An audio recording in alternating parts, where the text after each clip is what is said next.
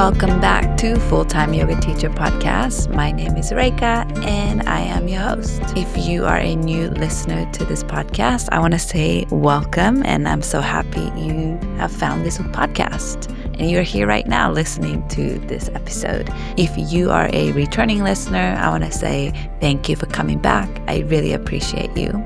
So this Full-Time Yoga Teacher Podcast was started a couple years ago, I guess almost 2 years ago, because I wanted to interview other full-time yoga teachers to hear and learn about how they make teaching yoga what they love into their career path. Teaching yoga is not easy in terms of making this a full-time job. And since I've been doing this for about 10 years, I wanted to find out how other yoga teachers are doing it, because I had so many questions when I was a new yoga teacher about whether being a full-time yoga teacher is a feasible path or not. So I had a lot of questions, and that's kind of why I started this podcast, because I wanted to talk to other full-time yoga teachers from across the world to see how they do it and what drives them and what are some challenges that they have overcome. So that's kind of how this podcast was created. I hope you're enjoying all the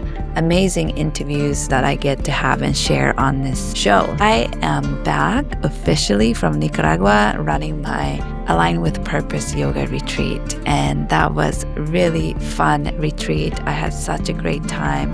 It was a total of 16 of us in Nicaragua, and I just want to say thank you to everyone who came, and I hope you had as much fun as I did, and I learned a lot. I learned a lot about myself. I learned a lot about Nicaragua. I learned a lot about running a retreat, and I hope to keep this kind of retreat coming. And because I learned a lot, I hope to implement what I learned and make little tweaks here and there so I can continue to improve my retreat each year.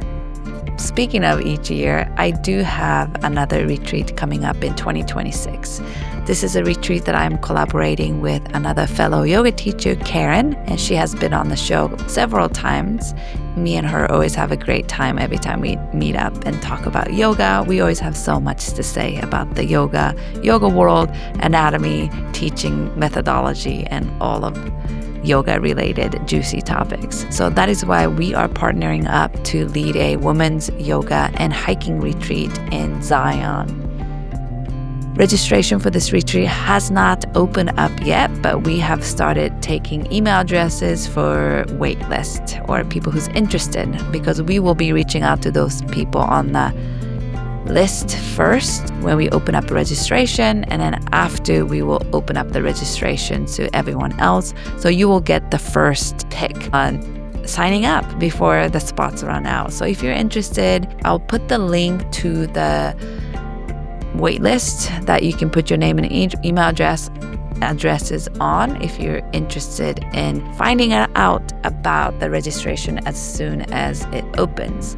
I have a feeling this retreat is going to fill up, so if you're interested, I highly recommend you put your name on that list. The date is May 6th through 11th, which is a long weekend, meaning it'll be Wednesday through Sunday. And we will be staying in a beautiful house near Zion National Park, and we'll do hiking and yoga together. So more information to come on this retreat. This is May in 2026. There's a couple more announcements I want to make before we get started on this week's podcast.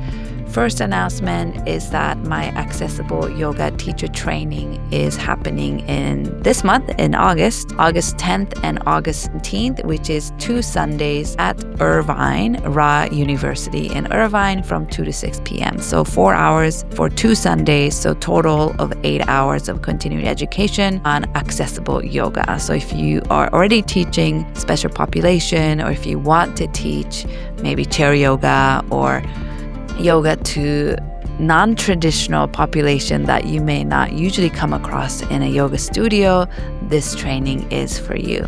So I'll put the link to that teacher training on the show notes as well.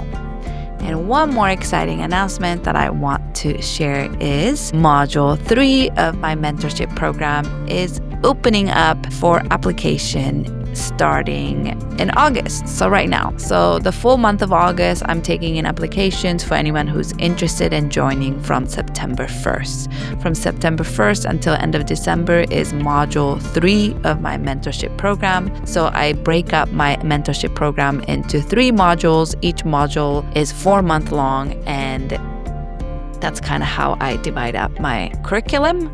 So if you're interested in joining my mentorship program, I highly encourage you to fill out the application form that I'll put the link on the show notes. What is the mentorship program for yoga teachers, you might be wondering? So this is a community group mentorship program where you are learning in community.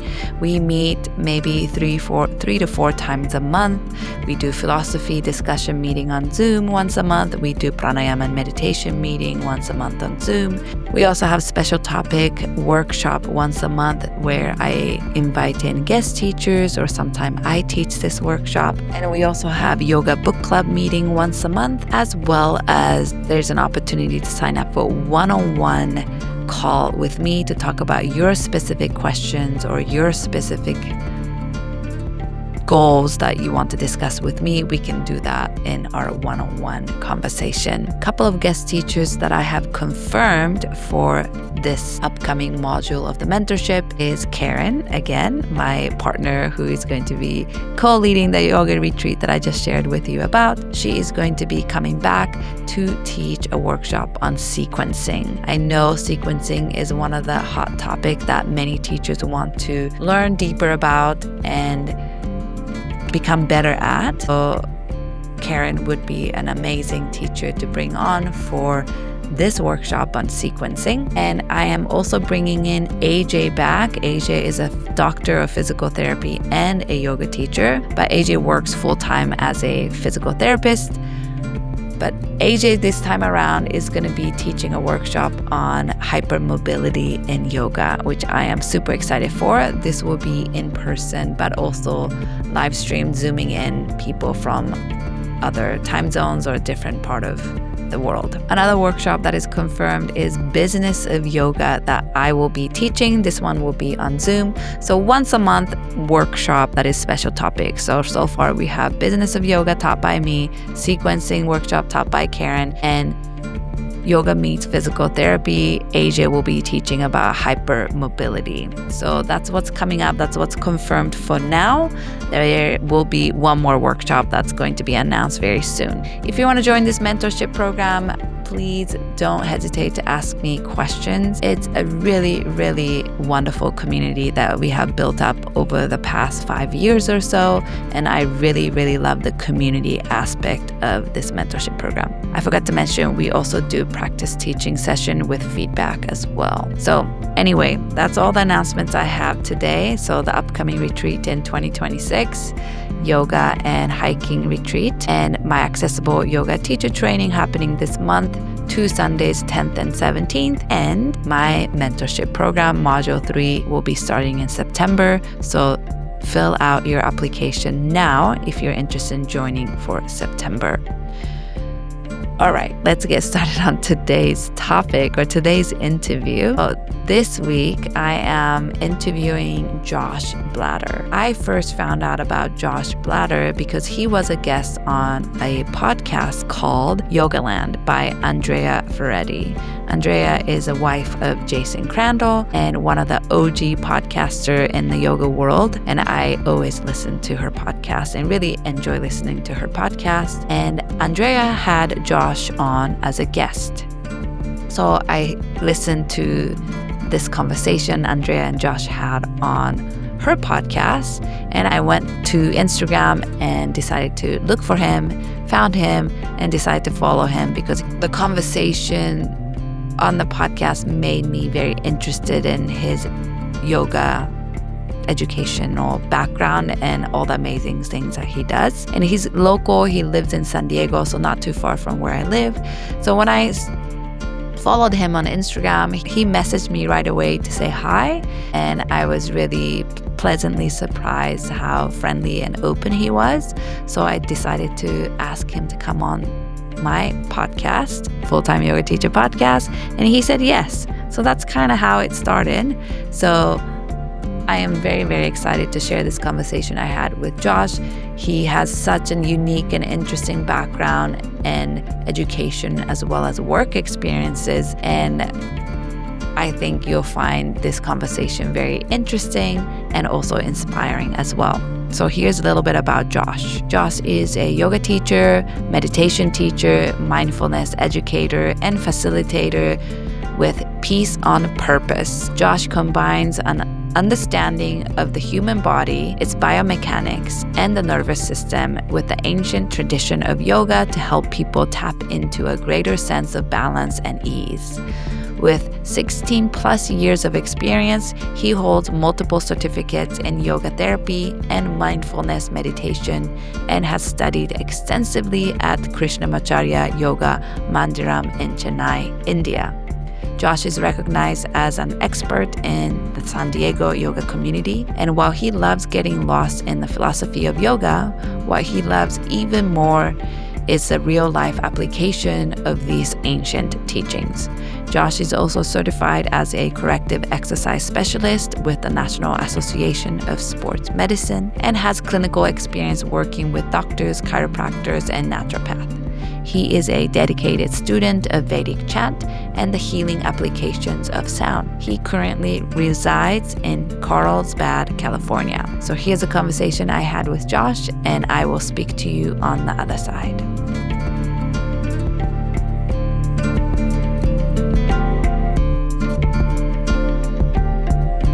Welcome, Josh, to Full-Time Yoga Teacher Podcast. I'm so excited that I get to speak to you today. So please tell the listener, where are you joining us from today? I am currently in Carlsbad, California.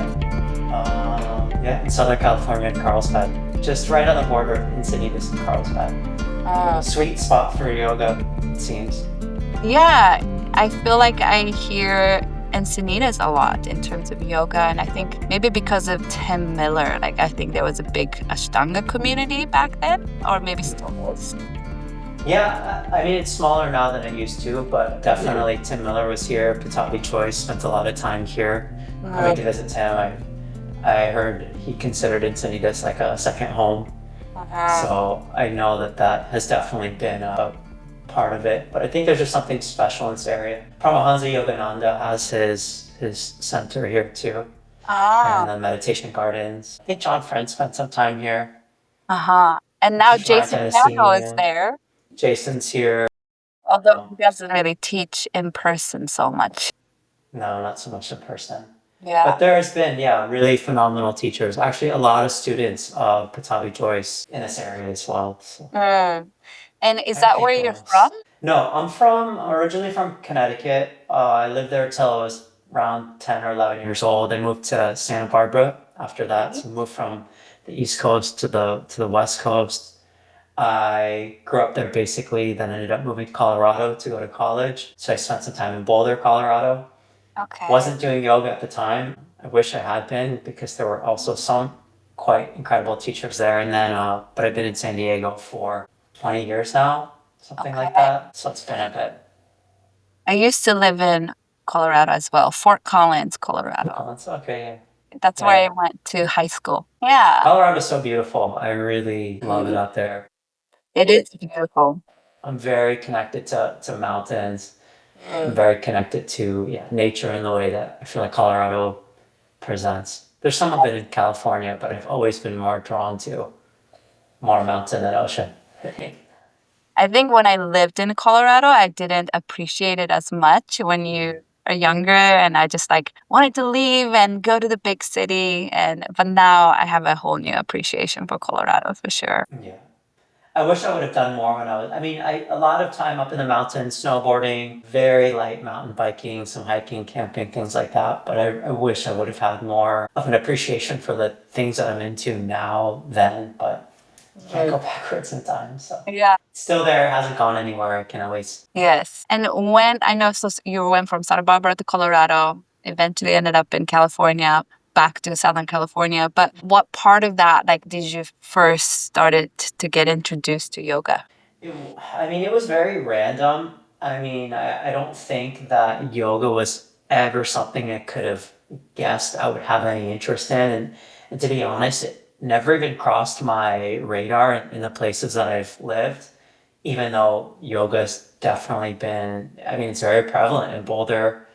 Richard Freeman was in Boulder.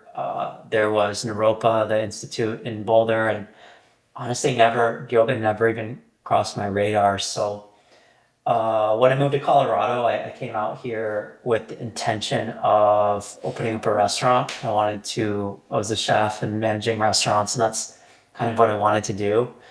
And first couple of years that I was here, I worked within some different restaurants, and then I ended up managing this restaurant and was catering for this restaurant that happened to be underneath a yoga studio.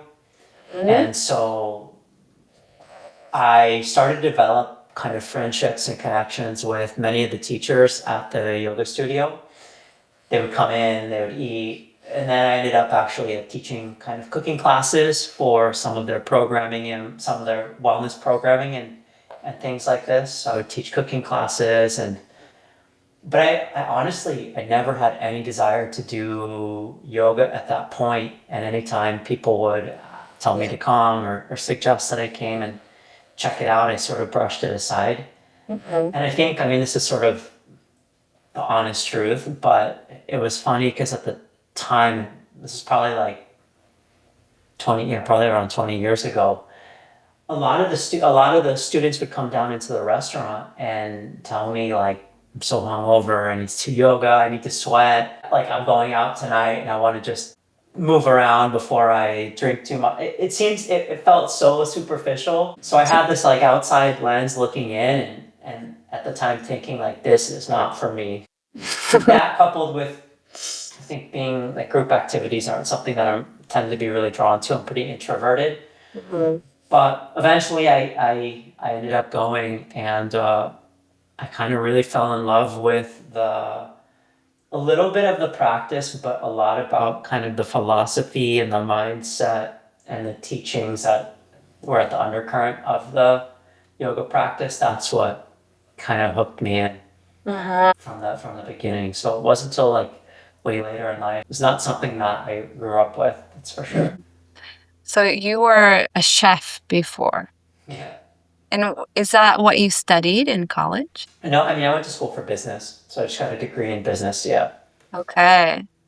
But And I always had wanted to open up a restaurant. I love connecting to people through food, and it feels like yoga actually allows me to connect with people in a similar way that food does, just through movement Mhm.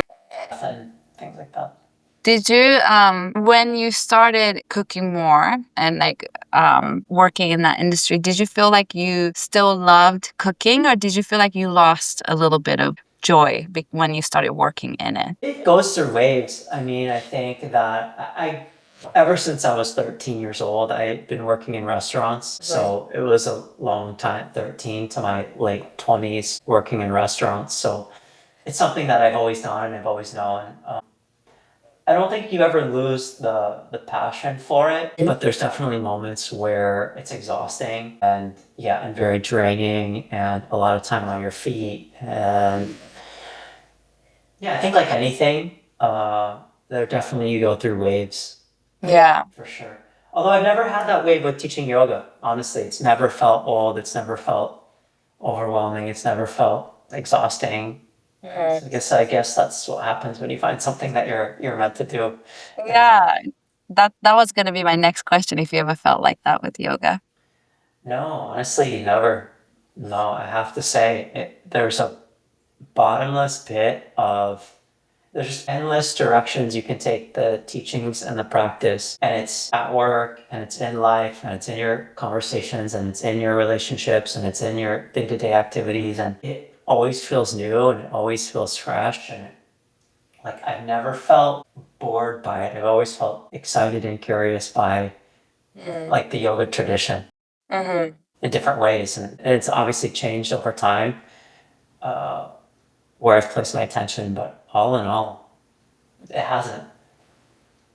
And what made you, or what like sparked an interest that you wanted to become a teacher and take a teacher training? Uh, the teacher training piece just sort of fell into my lap. I had I was working for a restaurant, and the restaurant that I was working with, I wanted the opportunity to become part owner in. And I had been there for a while. I had been running the restaurant for a while and doing a lot. And I remember asked the owner, like, are there opportunities for me to grow within this company, or is running one restaurant sort of where it ends? And his answer was basically like, there's nothing more for you here. And so that was kind of like, all right, well, time to do something a little bit different. And at that point, I remember thinking like, I need a break from this industry.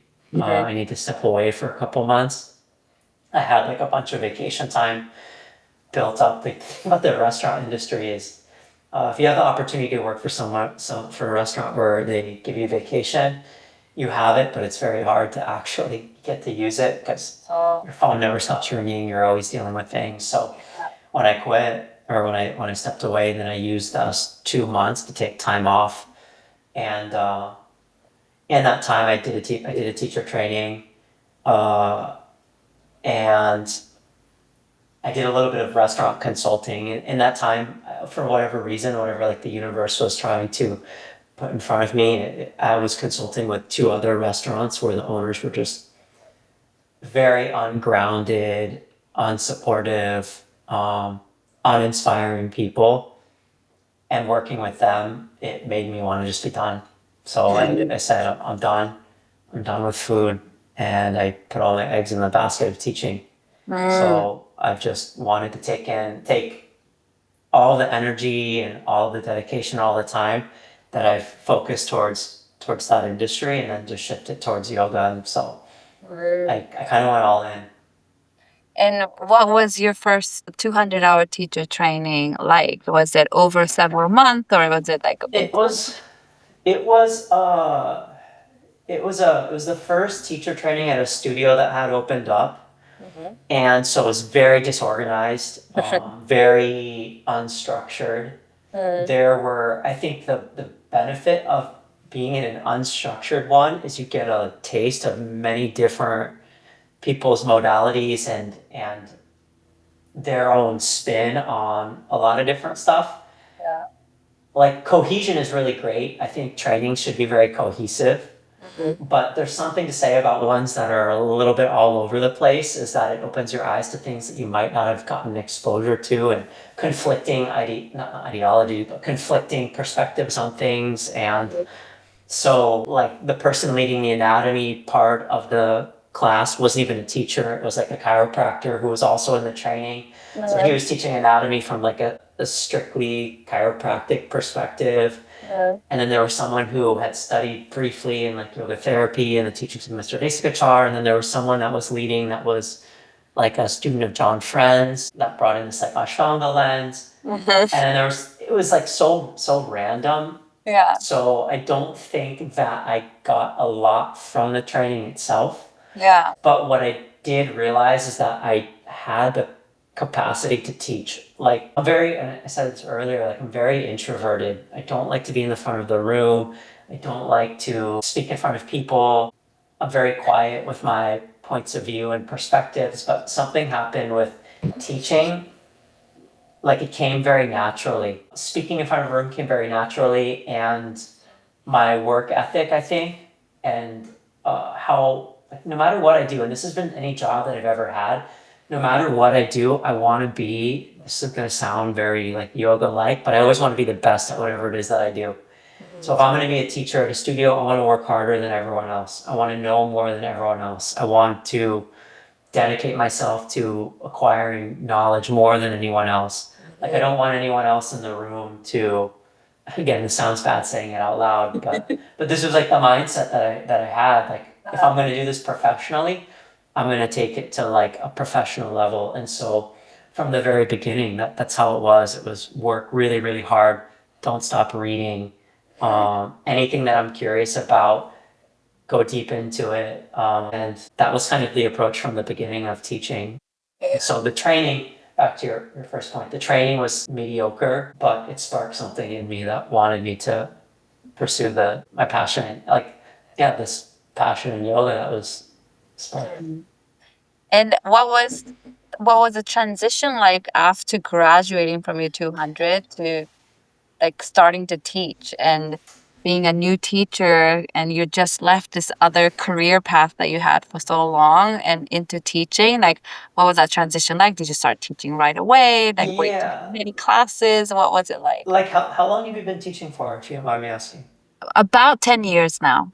Yeah, so like probably a little bit before, I mean, maybe you got glimpses of it when you started. I've been teaching for maybe 16 years. Mm-hmm. Things were like very different back then.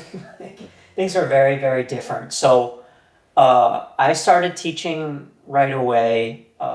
There was classes available, but it was a little bit of like, hey, this teacher didn't show up. Can you come in and teach this class that you might not have any knowledge about? But can you figure it out? And I'd say, yeah, sure. Just let me try it. And then it was, can you try? Have you ever taught a restorative class or whatever, an advanced vinyasa class? Sure, yeah, I'll try it. Why not? So it was a lot of just like putting myself into situations where I had to figure things out Yeah. and figuring things out. So that's just like the path that I took. Like I remember teaching like I had been teaching more of like I'd say a hatha style practice at the very beginning. And then they wanted me to teach this vinyasa class because the teacher didn't show up and I was already at the studio. So I remember having to figure out how vinyasa yoga works sort of like on the spot in terms of like Yeah. linking a bunch of postures, working with the breath. And I mean, I remember being like, what did I get myself into? But figuring it out, obviously figuring it out Yeah. and teaching, making mistakes, feeling like I failed, learning from those mistakes, doing it again, learning from those mistakes. I mean, it's just like, you know how yoga is? It's like as a teacher, you just learn to get really comfortable with failure and then you do it again. You get really comfortable with failing and you do it again. You make more mistakes, you correct them. And it's like, that's the process, I think. Yeah, I think we learn a lot on the job as a teacher. Yeah. Teacher training can prep you to only a certain part, and you just kind of have to do it and teach a lot and get into those situation that is like weird or awkward or you weren't prepared at all. And I Yeah. feel like that's kind of how we grow and learn to become a good teacher. Totally, yeah. And it's lots of hours of doing it. I mean, I think at the beginning, I was teaching 20 plus classes a week for so long, just nonstop teaching Yeah. and just getting them under my belt until it felt comfortable.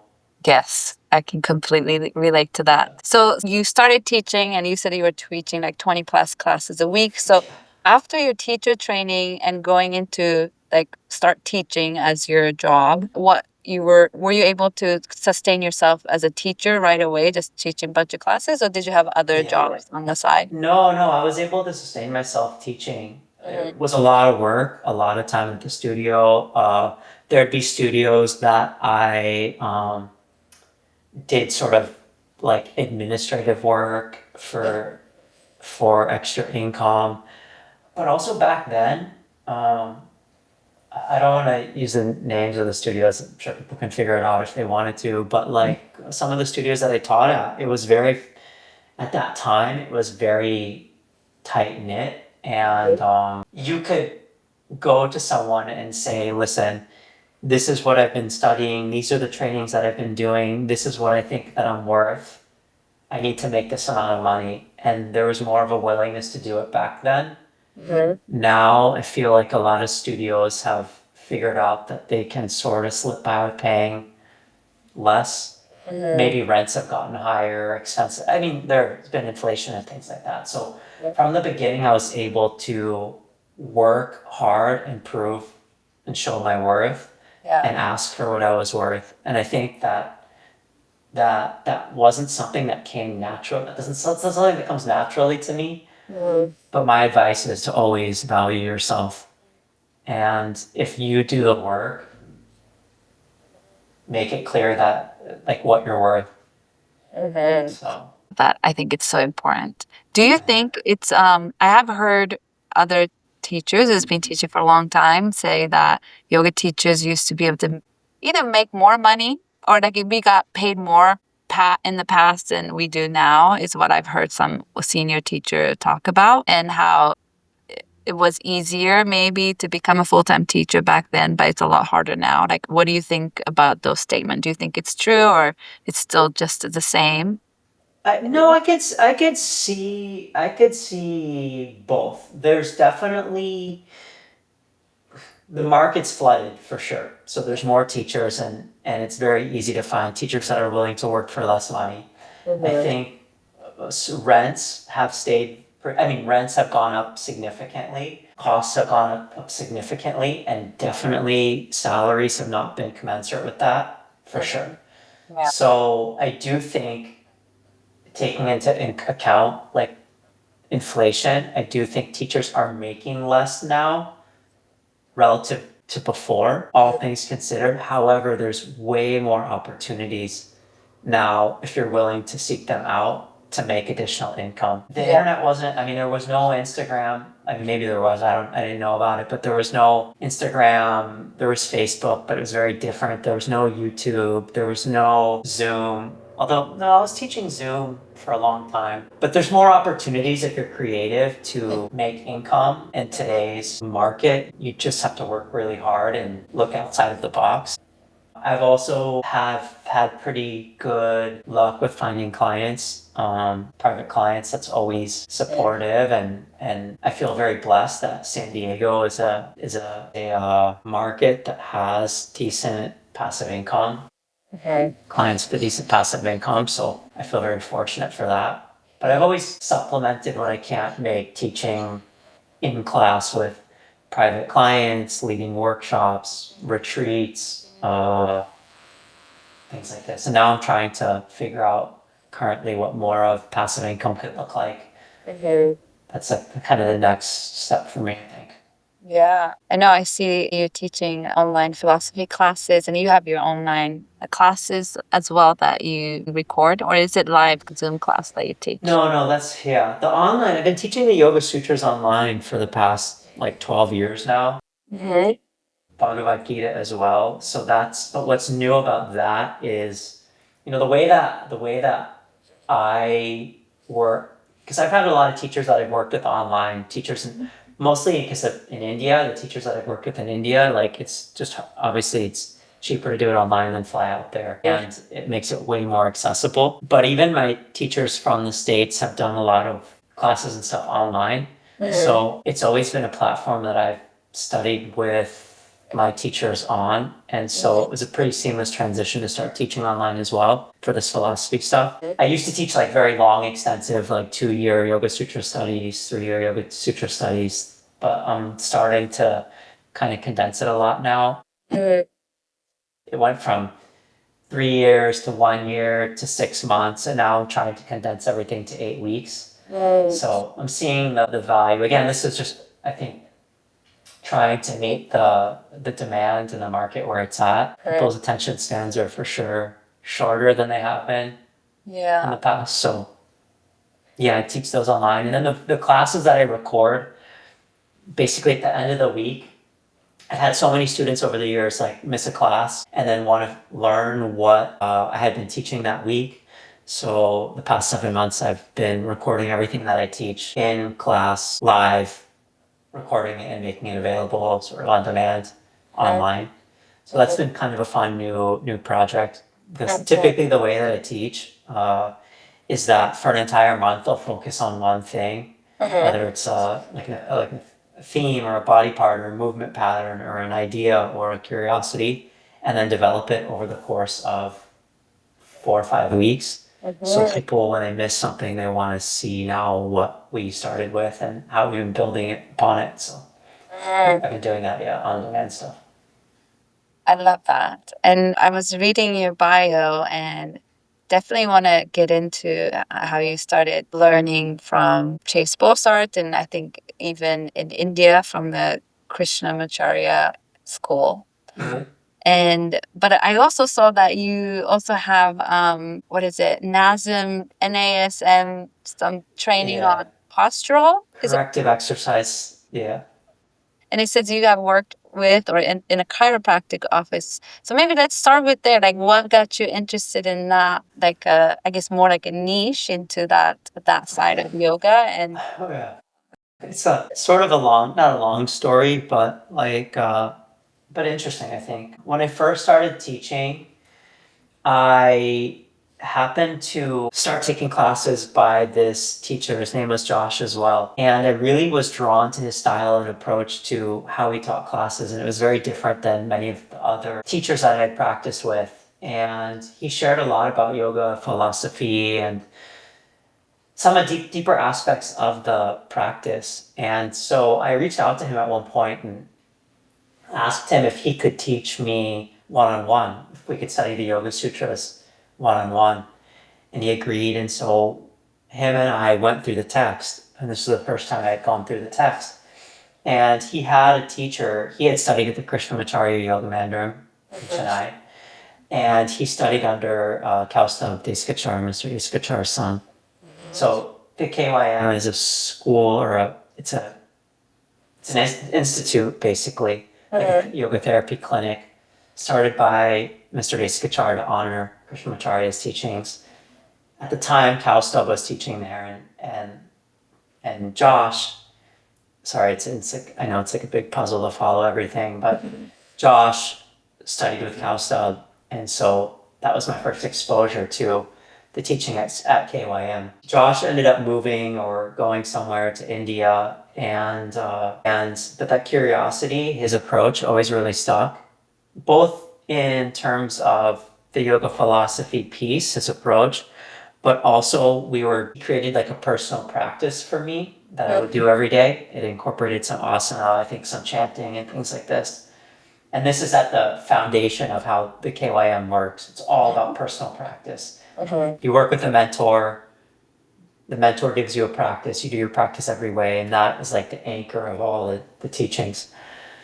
So he left, and then I had moved at some point somewhere else, and I was in Encinitas at this time, and I was at a coffee shop, and there was a flyer on the wall in the bathroom at the coffee shop, and the flyer said this guy, Chase Bossart, was going to be at Joyce Yoga. It's no longer there, but it was a yoga studio dedicated to the teachings of Patabi Joyce.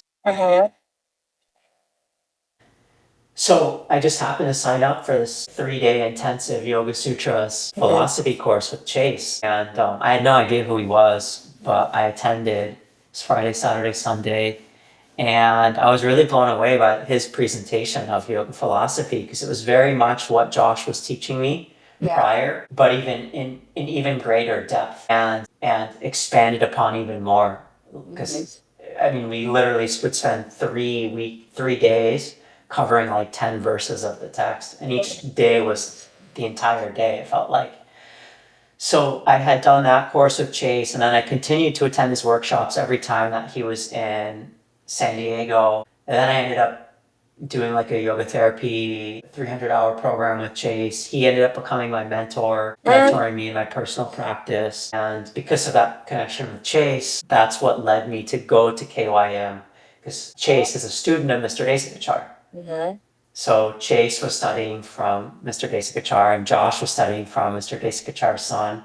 So it was all within the same lineage and tradition. So at that point, I felt inclined to go out to India. And so they have a program there called the Heart of Yoga. So I rented Chase's apartment in India, because he had an apartment out there. And then I attended this program at the KYM.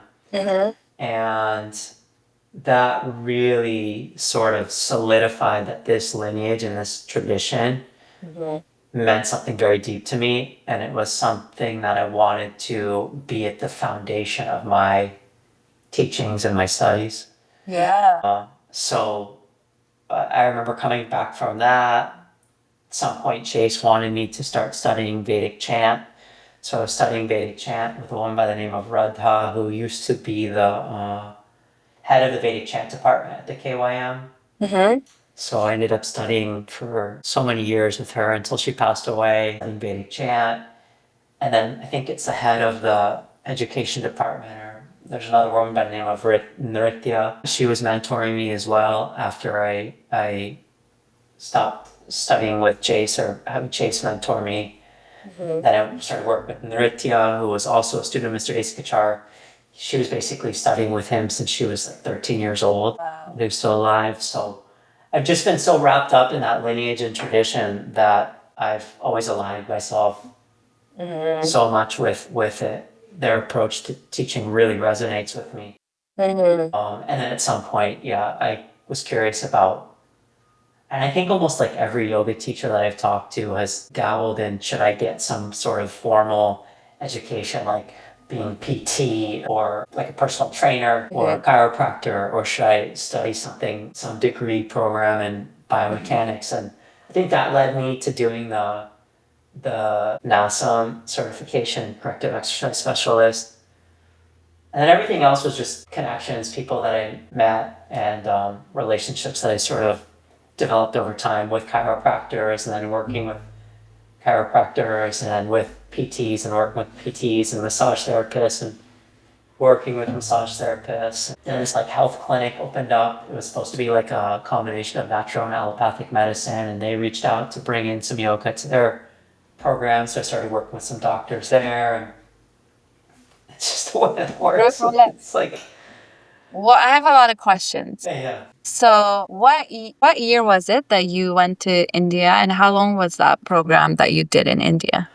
I think it was 2013 or 14 Uh-huh. is my guess. And I was there for almost 2 months. Almost 2 months. And you said that you did like a 300-hour program with With Chase. Chase, yeah. And That was up I in know, Berkeley. oh, that was in Berkeley. I know he has a school of yoga therapy called The Well, I think. Yeah, Yoga Well Institute. Yeah. And is that is a 300 you did with him, what did that cover, like in terms of were you learning the philosophy, and were you also learning Yes, everything. It was everything. It was very similar to the way that it was structured at the Yoga Mandiram in India, in Chennai. Basically, like in Chennai, in that Hatha Yoga program, like every day was the same. There was asana in the morning, breakfast, then you would do then it was like a then it was like a philosophy class, a pranayama class, then chanting, then asana theory, then some other class, then like every day there was like hour sections dedicated to specific topics, and they kind of jumped between them. So I feel like the KYM, the Yoga Well Institute program, is very similar to that. So it's everything. There's yoga philosophy classes, pranayama classes, meditation classes, asana like theory classes. We studied Bhagavad Gita, yoga therapy classes, things like that. So it's just like kind of, yeah, different things like that. I lost you for a bit, but I'm back. Okay. Sorry. But basically, it was just lots of different topics. You'd spend some time in this topic, and then move to this topic, some time in this topic, then to this topic, and you would kind of bounce around in that way. So what you completed the 300 hours separate than like his yoga therapy program. Yeah, then there's an extensive yoga therapy program if you wanted to go even deeper into the yoga therapy piece. Uh-huh. I dabbled with the idea of it, of doing it. Think that when you've, and I hope this doesn't come off like this isn't meant to sound like arrogant, but it's like when you've been doing something for long enough, you end up either having to make a choice. Do I want to get some certification and then have to relearn the same things? Or, like, and hear it more and more and more and more? Or do you just continue the path that you're on, maybe absent of a formal certification, but still doing the things that you would have been doing anyway, or that you would have been learning? So I toyed around between those two ideas. Is it worth the financial investment, the time investment to be studying something that I've already been studying? And it wasn't worth the time and the investment. Yeah, no, I totally understand that, because I think about yoga therapy quite a bit, and I actually did some research on his school, and I really do love his approach to yoga philosophy and the sutra. I've also taken his like sutra weekend training, and I think I did the yoga Gita training with him, and also Hatha Yoga Pradipika, but like short weekends one, not a year course or anything like that. And my one of my main philosophy teacher here in Long Beach, her name is Amy Echo, and she's been studying with Chase for many years. So she just finished the yoga therapy program. But so I love the way she teaches philosophy, and it's so practical. And I know that's because that's how Chase teaches it. So I'm sure the way you teach it is also some, teaching that I really resonate with. But yes, going back to the yoga therapy, and I interviewed a lot of yoga teachers for this podcast. And whenever I get to interview yoga therapists, I always ask like, how, like, from what I gather, I think even after getting a yoga therapy degree, like the work of still finding clients or finding job opportunities, like that work is still about the same as a regular, like a non-yoga therapist yoga teacher. Like there's still this like effort of just trying to look for job opportunities. It's not like you have a degree and all of a sudden like there's career opening up for you. Like you just still have to kind of find your clients and get yourself out there. So yeah, definitely I have thought a lot about whether return on investment was And there or not. But I know it's a good education. Yeah, and here's the thing too with yoga therapy, especially in the tradition and the lineage of Mr. Kachar. So there's sort of different approaches to yoga therapy. Like for example, there's a program at Loyola Marymount in Southern California, near you probably, closer to you, that was started by, well, I think it was maybe started by Larry Payne, I'm not sure, but I've sat in on some lectures when Chase has gone down to teach. He's invited me to go sit in. Yeah. And there's sort of two approaches to yoga therapy. And this comes from what Chase has shared with me. Basically, you can have yoga therapy essentially that's rooted in an Eastern tradition, and you can have yoga therapy that's rooted in a Western tradition. The yoga therapy as presented in a Western tradition looks at markers for well-being like blood pressure, like heart rate, like vitals, cortisol levels, things like this. It's very like Western based, science based, research based. And you even see it when you graduate the yoga therapy program at Loyola Marymount, they give you like the white coat, right? Like the doctor's coat. And then there's yoga therapy and how it's presented from an Eastern perspective and lens, which is interested in different things like how are you sleeping? How are you eating? How are your relationships? How is your mind? Yeah. How are you breathing? Like it's not so interested in like the things that an insurance company wants to see, right? And what doctors want to necessarily see. So it's like very different which lens you want to operate through.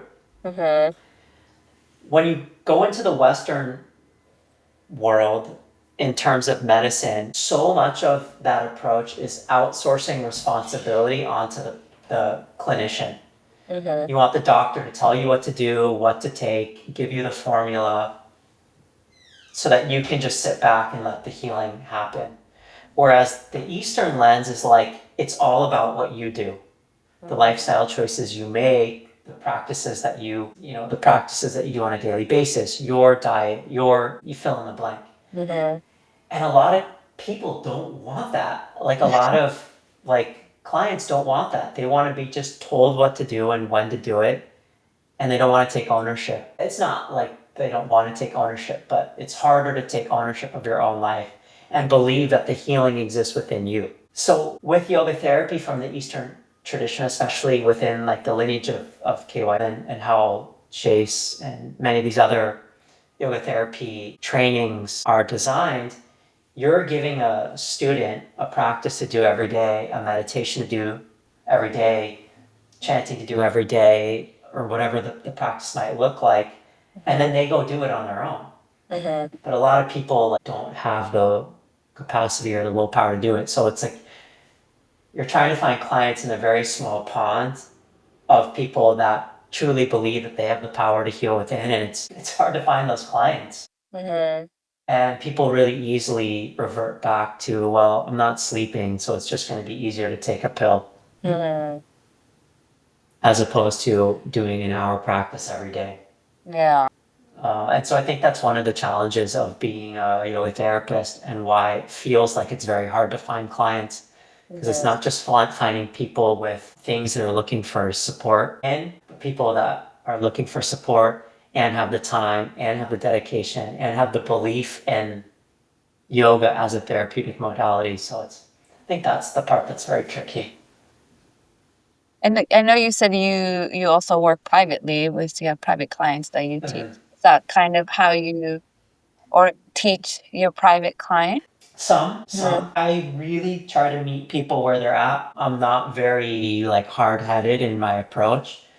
If someone just wants to if somebody has like frozen shoulder or doesn't have great balance, like I'm happy to work with them on the shoulder or balance or whatever I think might be kind of the cause of all of those things. If there's people that do have the capacity for personal practice and want to approach it from a more yoga therapy perspective, I work with people in that way. Some people chanting alone. So I don't have like, I'm not hard headed in my approach. I really try to meet people where they're at. So some of my clients are just curious about alignment and the body and practice and movement. The one thing that I don't do is like I don't just show up. I don't have a desire to work with people that just want like the fitness side of yoga. They just want to like move around and get like a workout, or they want me to be a supplement for what they do in a classroom setting. Like I don't want to do that. I want to work with people that have some curiosity to learn more and an openness for something a little bit different. Yeah. Okay, I have a question about the corrective exercise specialist. What is that about? Like what is that? And I mean, it's just like it's assessing people's movement patterns. The long and the short is assessing people's movement patterns for strength, weakness, like opportunities. So it's pretty straightforward. It's a course that's like a very general course looking at anatomy, biomechanics, and movement patterns and seeing where people have limitations and how to help develop more balance in their joint mobility and things like that. And do you think that has influenced your teaching a lot, or has it helped your teaching a lot? Do you recommend that for people? No, I don't think. I don't. I mean, I wouldn't recommend it unless you are curious. Like they do have like an assess. You could take their course, and then you end up with like a assessment that you can do working with people. I did it initially after the course. I did start doing some assessments, but honestly, when you teach people, we're doing assessments every time we teach a class, right? Like when you're having someone do any posture, you're assessing like 50 different things. And then you have them do another posture and you're comparing that first assessment with the next assessment and developing kind of a story in your head about what's going on. So I think that's far more functional than how that program was set up, because they try to fit everything into a box and nothing exists in a box. And I think when you look at, I don't know, do you follow any like different PTs or the work that different movement professionals are doing? Like people are going outside of the box to kind of figure out different ways of looking at movement and patterns and things like that. And so it would be hard for me to subscribe to one single modality and let that be like the end all what's going on in someone's life. Makes sense. Okay, I want to talk about your involvement with the UN You know, yeah. Foundation. Yeah, it's a nonprofit called Peace on Purpose, Peace on and Purpose. we work in partnership with the UN Foundation. Okay. So Tell me about like how did you first get involved in that at all? And I guess for the listener, what it yeah, so I mean, Peace on Purpose is a nonprofit that is in partnership with the UN Foundation. Currently, we're funded solely by Lululemon, but we're looking for outside funders to kind of grow the program. And what we do is since we have access to the UN through the UN Foundation, we develop relationships with different UN agencies all throughout the world. And what we do is we create both online programming, because we started reshaping all of the programming in 2019, 2020, like right during COVID. We took the program and we immediately put it online. So we've developed, there's like a team of maybe 10 of us now. We've redeveloped the curriculum initially to be an online program to support these different UN agencies all over the world who are working in very difficult and hardship duty stations and environments and climates with the bureaucracy that they face, the nature of the work that they're dealing with, the conflict that they're seeing. We help support them in their own mental health, well-being, physical well-being by developing again these different programs. So like we have something called the Exploration Program, which is 3 separate workshops online, where the first one looks at self-awareness, what influences our awarenesses and our perception and our relationship to ourselves and the world, nervous system, how to balance the nervous system, things like this. And the second part of this exploration series is looking at movement as a modality to help again regulate the nervous system. So it's like a whole mindful movement structured program, workshop. And then the last one is it's more looking at about community, how these ideas, how awareness, how movement, how self-care can show up in community, and how to develop and create organizations that are more kind of cohesive and supportive of each other. And so we have this program. We have one called the Champions Program, which is more topical, like based on topics. So we do something on balance and boundaries, relationship and connection, sleep, compassionate leadership, and resilience. So we have these like 5 other programs. Then we have a whole in-person full day workshop where this is where we travel to different UN agencies all over the world. And we create an entire day for them to get away from the office and embody these practices, be in these conversations, be in connection with each other, covering many of these same ideas. So we pull a lot from science, from these different mindfulness traditions. We don't name it Buddhism, yoga. Yeah, and we pull it all together for them so they have this opportunity to just get in their bodies and out of their head. It's quite special. Yeah, it's really, really special. Yeah, sounds really special. So how long have you been involved with this? And also how did you first like get it? How did it start for you to get involved with that? I mean, I've been involved since 2019, and it's the same thing. It's just someone very close to me became the director of that organization and brought me in as a consultant to help. She felt that I had a lot that I could offer, and I also like creating curriculum. I like creating content's not the right word, but I like creating curriculum. I've always been very strong at structuring things that felt very kind of cohesive, and there was like a through line that was thread throughout it. So I kind of got involved that way. I've been with them ever since. Yeah. How often do you travel with them? I travel probably twice a year. Other people on the team travel far more. I have colleagues from all over.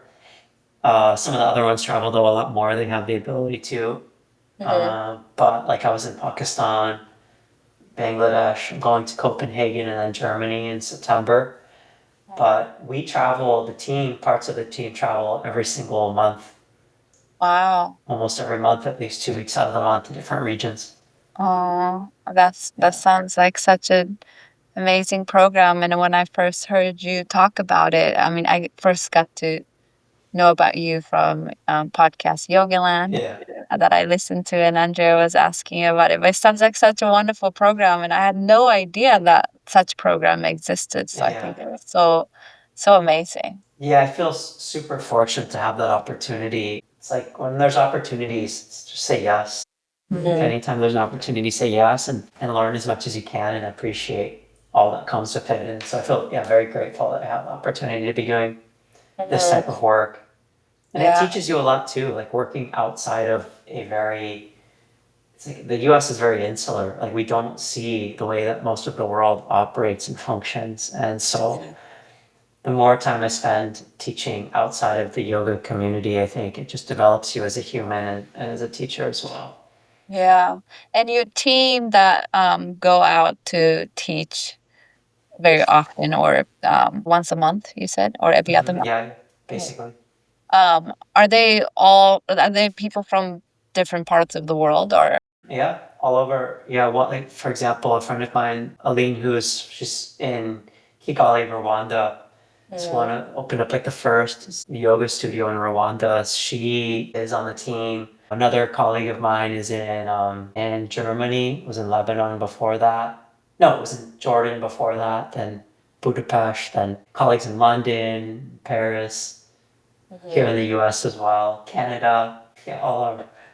That sounds amazing. That's really cool. Yeah. I guess I want to ask about going back to your teaching. How has the pandemic impacted your teaching schedule and also like how you teach, and how has your teaching schedule or how you approach your, I guess maybe your teaching, your business maybe changed before? How was it before and then during the pandemic? But then is there anything that shifted for you after the pandemic? Do you approach it differently?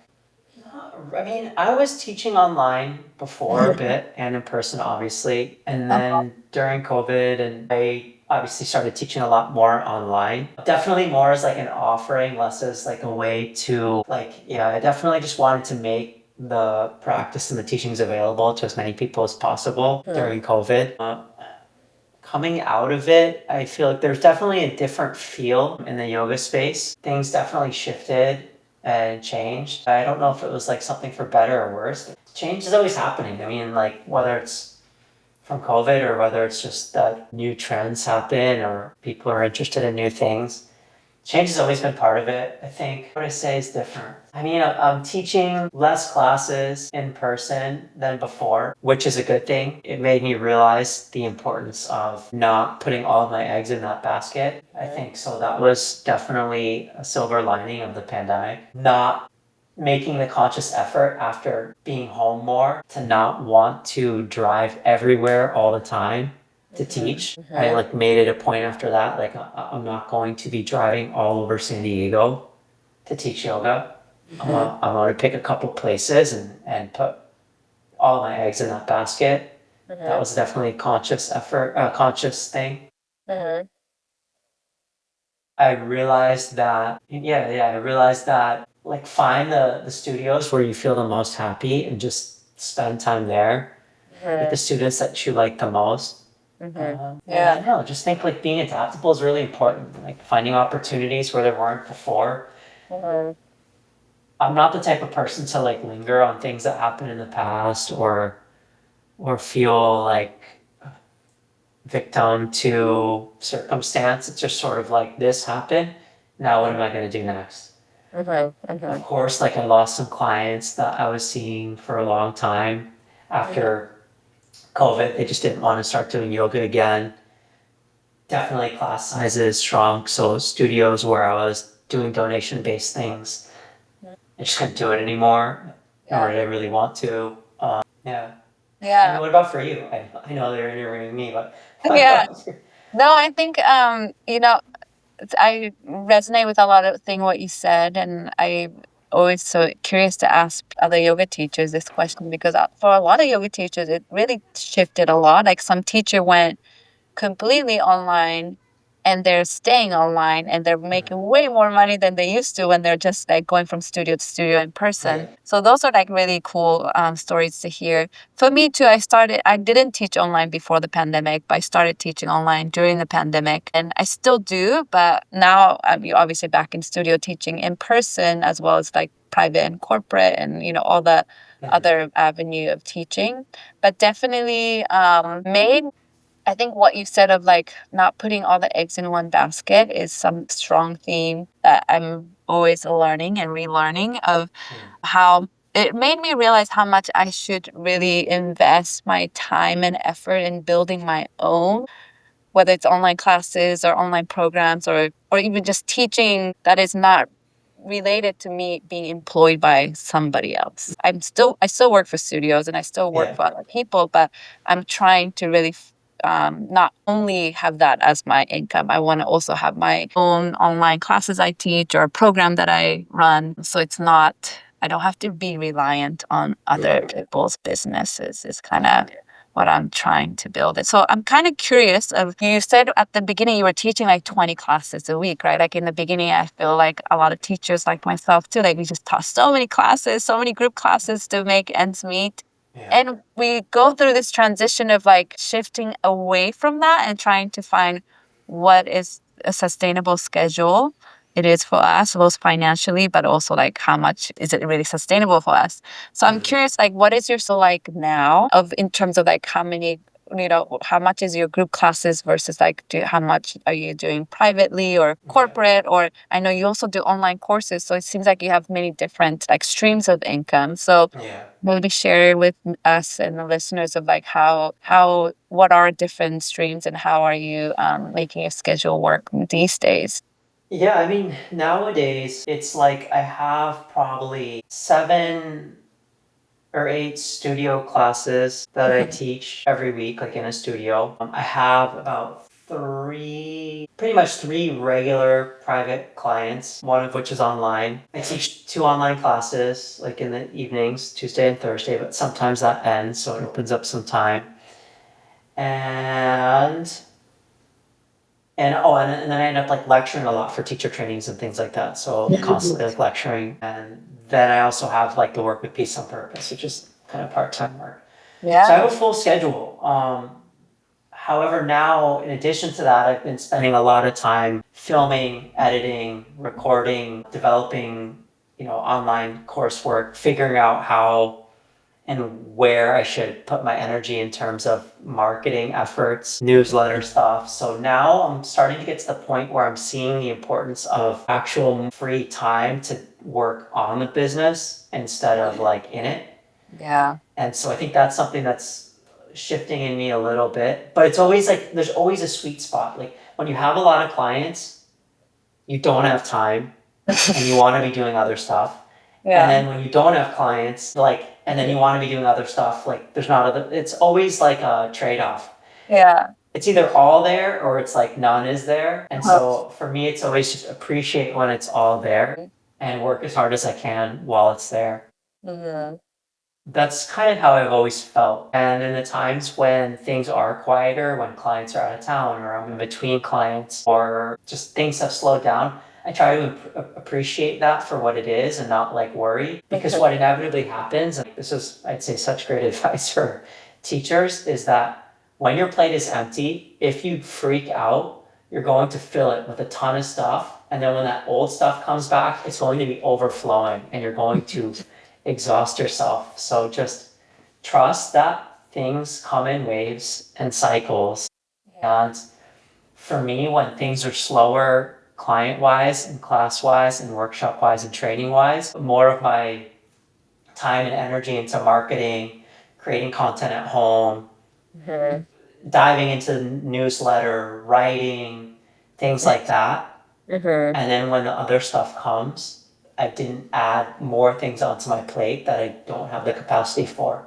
Because like I feel like right now I need more time to be working on some of the, on the business instead of in the business stuff. But it's hard. So I've been staying up, to almost like starting my day at 5 in the morning and working till almost 8 at night, trying to get it all there. But I love it. You know what I mean? I still like it. So Yeah. my I schedule's full in that way. Yeah, I love that there's so much variety of what you do.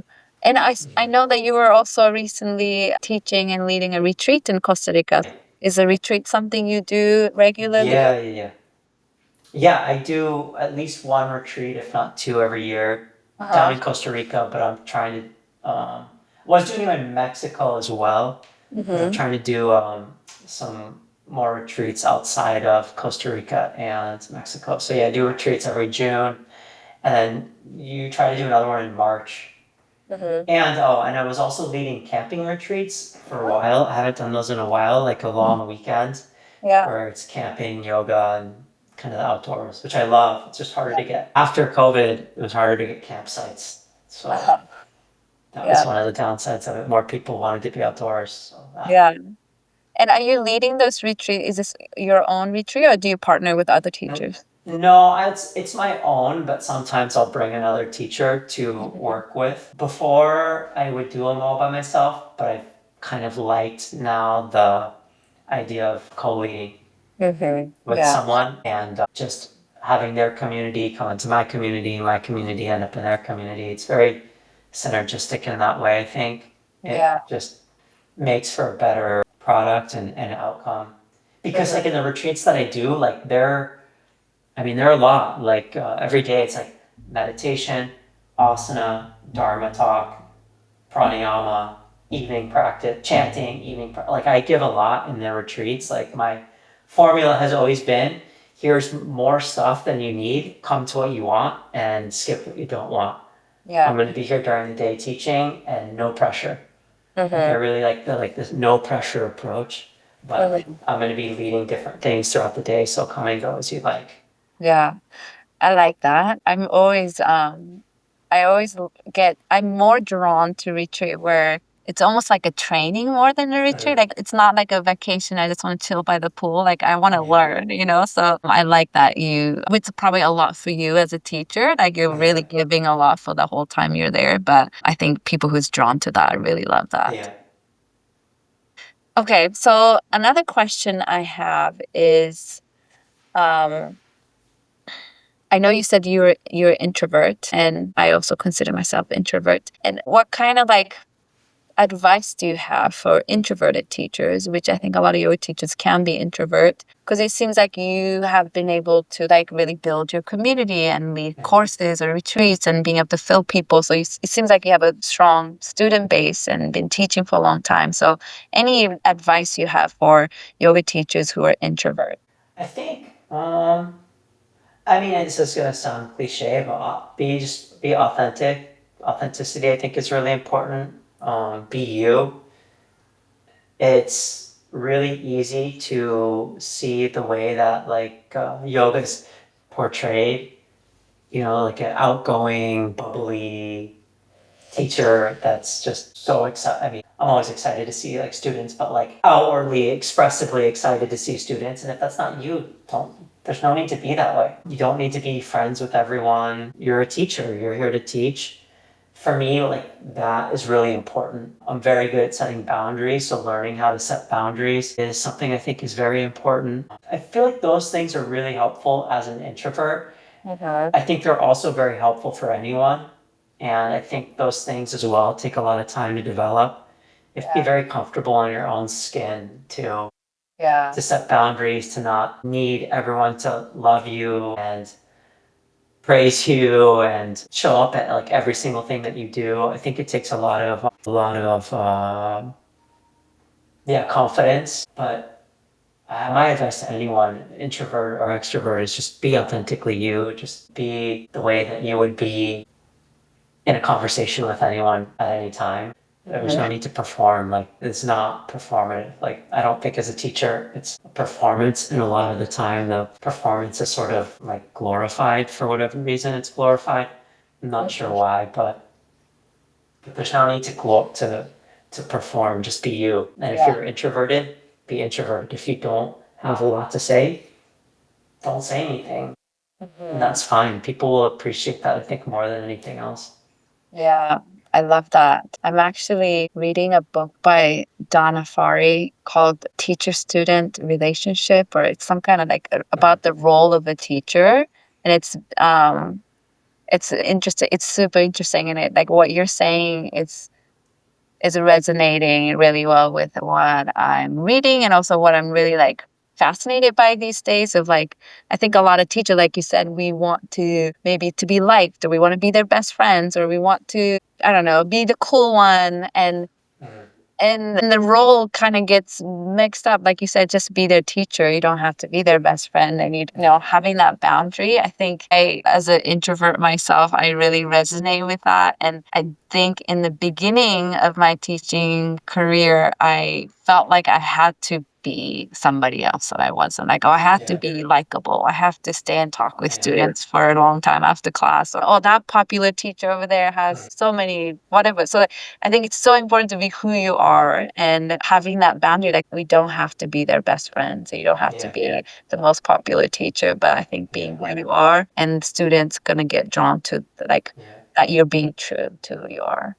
Yeah, that's the best advice I think that you can give anyone, in my opinion. And it doesn't matter how many people in your class. Like, don't look at the numbers uh, as a metric for how good you are at what you do. For sure. Thank you for that. I appreciate it. I know we just talked a little bit about how, yeah, yoga world is changing. But you said it's always been shifting and changing. So since you've been teaching for, I think, like 16 years, I think you said. So what are some changes you have seen? And any advice? This is my selfish personal advice that I'm looking for. Is like, how do you try to stay grounded in such a shifting and changing world of yoga? I mean, how it's changed, it's like hard to say because 16 years ago I was a different person. So maybe it was exactly the same, but I've evolved. So who knows? So maybe it hasn't changed. Maybe it's been the same and I changed. But I think what I feel like I saw before was a practice that definitely seemed to honor the yoga tradition more.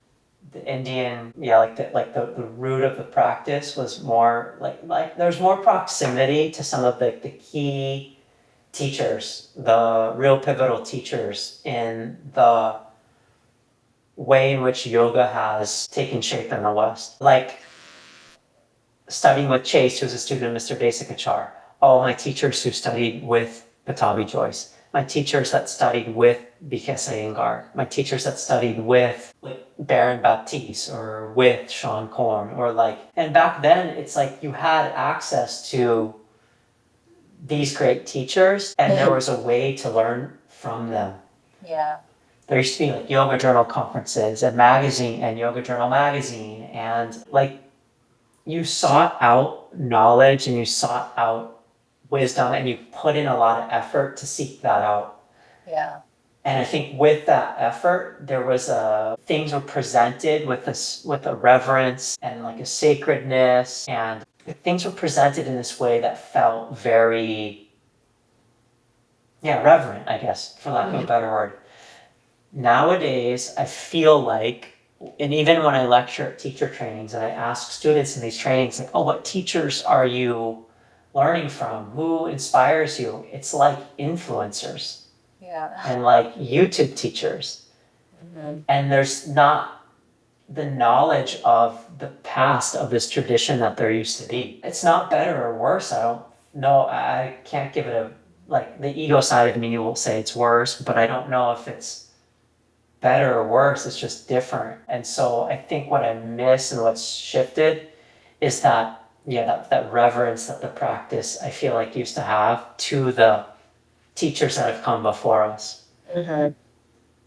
With that, I think practice has become quicker, stronger, more, more. I don't know, but there's nothing inherently wrong with that. It's just shifted, yeah. I think nowadays it feels like because there's so many teachers, many teachers are learning from other teachers that are very close to them, so it feels very homogenous. I feel like many communities are like very homogenous of like a lot of people saying the same thing in almost the same way. Whereas before, I feel like people were practicing outside of their community, learning, like driving to, I mean, like back in the day, we would like always drive to LA to learn from teachers that were like not in this community, or travel up to San Francisco, so I think there's less of that now. So there's, I don't know, I feel like, I keep saying I feel like teachers worked harder to gain knowledge and share knowledge, and they did it with a bit more reverence than now. It feels more of a quick Google search delivery of things. Yeah. Maybe that's bad, I don't know. It's sort of something that I feel like I've seen. Yeah. And it's not, and I'll also say it's not to anyone's fault, because accessibility to those teachers, the Yoga Journal Conference doesn't exist. There's less of those teachers traveling around, much more is online. So it's not to the fault of everyone, but I feel like that's the biggest shift in my mind. Definitely, I see that as well. I think less people are willing to travel to go learn from a teacher or senior teachers or even commit their time, maybe. And one side, it's positive because it's accessibility. Like, oh, you can join by Zoom or you can watch the recording later if you can't be there. And less people are like, okay, I'm going to take a week off from work, drive to LA or fly somewhere, get a hotel or Airbnb, and like do this week-long training every day. I feel like less people are willing to commit to that these days from what I'm seeing. Less trainings like that are being filled up. Like they're not getting as much registration and students anymore because I think a lot of people like there's online more accessible version out there. And I do a little mentorship program for newer yoga teachers, and what you said of not many newer teachers know the lineage of where yoga, like they don't really know about BKS Iyengar. They don't know about Pattabhi Jois. Or when I ask like, who is your teacher? Where's your teacher's lineage come from?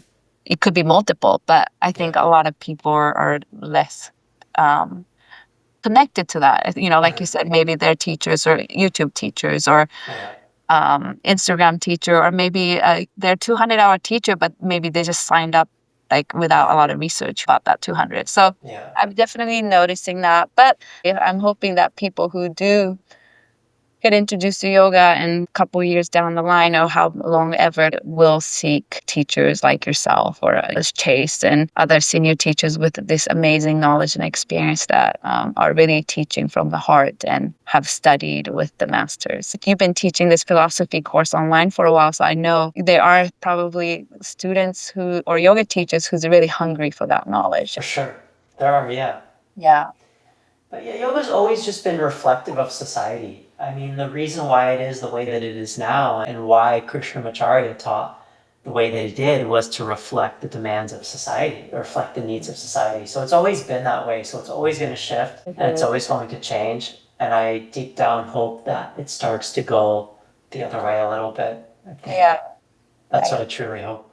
Yeah, definitely. I really hope so as well. And I think this is a good place to wrap up our conversation. I really enjoyed chatting with you and get to know you and your background. I know we talked a little bit about your offerings, but maybe let the listeners know about how they can get in touch with you, or if they want to learn from you, what kind of offerings you have. Yeah, I mean, basically, like I shared, I teach in person, I teach online. I have these philosophy courses that are always ongoing throughout the year. I teach one-on-one, which I obviously love. You know, teaching whether it's pranayama or meditation or Vedic chant, things like this. And everything's on my website as well, which is just my name. It's just joshblatter.com. And I try to keep everything on there. I'm trying to keep it all updated. And anything that I'm doing, well, it's probably the best place to reach me. Okay. Definitely have anyone who's listening, like, please reach out. I love to connect to community outside of Encinitas and Carlsbad. Yeah, because I just reached out to you on Instagram after hearing your conversation with Andrea, and that's how this interview started happening. So I'm very appreciative of how open you are, and I'm actually like really interested in your sutra and philosophy. I know you do Gita and sutra studies. I study mostly Yoga Sutra with my teacher Amy, but like I just love learning about it. Yeah. When you said you used to teach like a year long, like that sounds super interesting to me, but I know you made it shorter. Yeah. Now that it is shorter, you're not doing the repeat each time? Are you kind of changing what part of sutra you study each time? No, we go through the whole text. Yeah, we go through the whole text. The thing is like it reflects when you study it, it's a reflection of what's going on in your life. So although we're going through it, it's always going to read differently. It's always going to invoke different conversations. It's always going to take on different meanings. So although I've been teaching it for however long that I've been teaching it, it's always reflective of the time. So it's always new. it always feels fresh. So Okay. Thank you so much for it's my pleasure. offering all of that, coming on and sharing about your journey. And I will hopefully get to see you in person and take class from you someday because we're not too far. No, no. Thank you so much. All right, bye.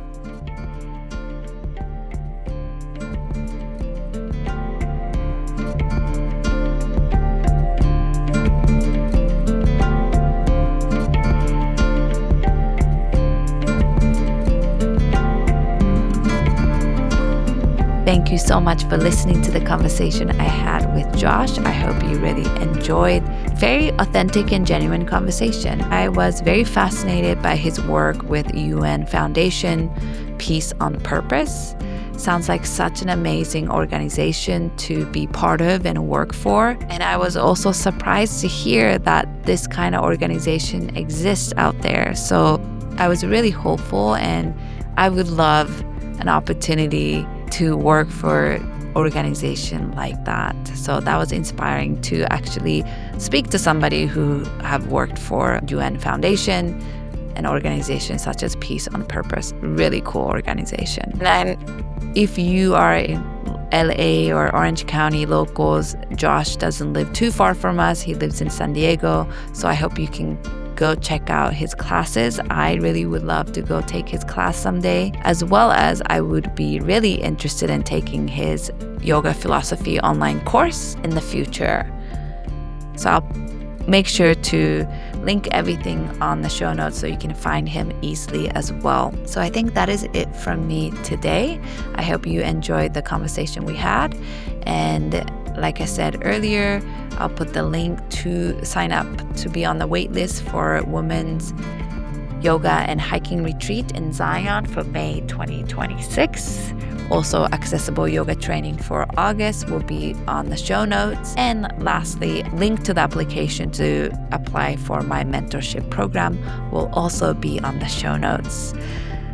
If you are enjoying this podcast, I would really appreciate it if you can like or subscribe or star or anything you can do on whatever platform that you listen to this podcast from. That would mean a lot to me. But what's most important is for you to share this podcast or share this episode with whoever you think might also enjoy this episode.